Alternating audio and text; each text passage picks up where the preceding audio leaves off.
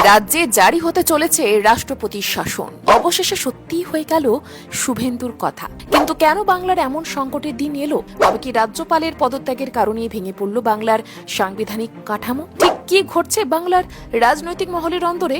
জানতে দেখুন আজকের এই ভিডিওটি। এসআইআর তালিকা প্রকাশ পেলেও ভোটের দিনক্ষণ এখনো ঘোষণা হয়নি, আর এতেই শাসক দলের মধ্যে কিছুটা হলেও ভীতি দেখা দিয়েছে যে সময় মতো ভোট সম্পন্ন না হলে রাজ্যে জারি হতে পারে রাষ্ট্রপতি শাসন। এদিকে ভোটের মুখে আচমকা পদত্যাগ করেছেন রাজ্যপাল সিভি আনন্দ বোস। ফলে বাংলায় রাষ্ট্রপতি শাসন জারি হওয়ার জল্পনায় আরো কিছুটা রসদ জোগানো হয়েছে। যদিও আপাতত বাংলার রাজ্যপালের দায়িত্ব সামলাচ্ছেন তামিলনাড়ুর বর্তমান রাজ্যপাল আর.এন. রবি, কিন্তু তাতেই জল্পনার বিন্দু মাত্র অবসান হয়নি। বলা ভালো, আগামী 7ই মে মেয়াদ শেষ হতে চলেছে পশ্চিমবঙ্গ বিধানসভার। ফলত 2 মাসের মধ্যেই ভোটের সকল প্রক্রিয়া সম্পন্ন না করতে পারলে এই জল্পনা সত্যি হতে বেশি সময় লাগবে না বলেই দাবি করেছেন রাজনৈতিক বিশেষজ্ঞরা। তবে এই বিষয়টির থেকেও বর্তমানে বেশি লাইমলাইটে উঠে এসেছে বোসের পদত্যাগ। ইতিমধ্যেই এই বিষয়টি নিয়ে বিজেপিকে তোপ দাগতে সময় নেয়নি তৃণমূল। তাদের অভিযোগ, পশ্চিমবঙ্গে রাষ্ট্রপতি শাসন জারি করতেই কেন্দ্রীয় সরকারের তরফে এমন পদক্ষেপ নেওয়া হয়েছে। যদিও এই প্রসঙ্গে প্রশ্ন তুলেছে সিপিআইএম। তাদের জিজ্ঞাস্য, সিভি আনন্দ বোস কি নিজে থেকেই পদত্যাগ করেছেন নাকি তাকে পদত্যাগ করতে বাধ্য করা হয়েছে? আসলে ঘটনার সূত্রপাত গত বৃহস্পতিবার রাত্রে আচমকায় বোসকে দিল্লিতে ডেকে পাঠানো হয়, আর এরপরই তিনি ইস্তফা দিয়ে দেন। যদিও বাংলার দায়িত্ব আপাতত তামিলনাড়ুর বর্তমান রাজ্যপাল আর.এন. রবি সামলাচ্ছেন বলেই জানিয়েছেন মুখ্যমন্ত্রী মমতা বন্দ্যোপাধ্যায়।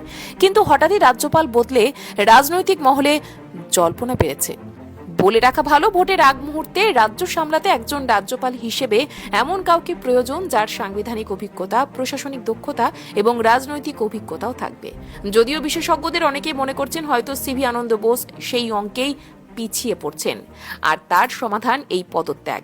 প্রসঙ্গত, বাংলায় রাষ্ট্রপতি শাসন জারির এই জল্পনা কিন্তু নতুন নয়। এর আগেও মুর্শিদাবাদে অশান্তি সৃষ্টি হলে সেই সময় বিরোধী দলনেতা শুভেন্দু অধিকারী বাংলায় রাষ্ট্রপতি শাসন জারি করে ভোট করানোর দাবি তুলেছিলেন। তাকে বলতে শোনা গিয়েছিল, বাংলায় শুধুমাত্র নির্বাচন কমিশন ভোট করাতে পারবে না, বরং রাষ্ট্রপতি শাসন জারি করে তবেই ভোট শান্তিপূর্ণভাবে করা সম্ভব হবে। আর এবার এসআইআরের অবস্থা দেখে আরো বাড়ল সেই জল্পনা, কারণ 7ই মে সরকারের মেয়াদ শেষ হয়ে যাচ্ছে। এদিকে এখনো প্রায় 60 লক্ষ নথি যাচাই বাকি। ফলে এক প্রকার সাংবিধানিক সংকট তৈরি হতে চলেছে বলেও অনেকে মনে করছেন। আর সেই ক্ষেত্রে রাষ্ট্রপতি শাসন জারি করা ছাড়া যে আর কোনো উপায় থাকবে না তাও বেশ স্পষ্ট। ফলে আগামীতে কোন পদক্ষেপ নেয় জাতীয় নির্বাচন কমিশন, এখন সেদিকেই সকলের নজর।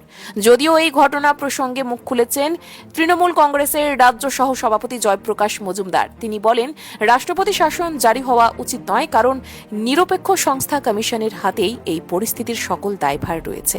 অন্যদিকে রাজ্যপালের পদত্যাগ নিয়ে প্রদেশ কংগ্রেস সভাপতি শুভঙ্কর সরকার জানিয়েছেন, বিজেপি আসলে সমীক্ষা পর্বে নতুন করে সংকট তৈরির চেষ্টা করছে। সেই সঙ্গে তিনি প্রশ্ন তোলেন, সিভি আনন্দ বোস আদৌ সুস্থ কিনা তা নিয়েও। তার মতে, এই লক্ষ লক্ষ মানুষকে বিপদের মুখে ঠেলে দিতেই এমন সংকটময় পরিস্থিতির সৃষ্টি করছে বিজেপি, কারণ এমনটা করেই কেন্দ্রীয় সরকার নিজেদের উদ্দেশ্য সফল করতে পারবে বলে অভিযোগ তার।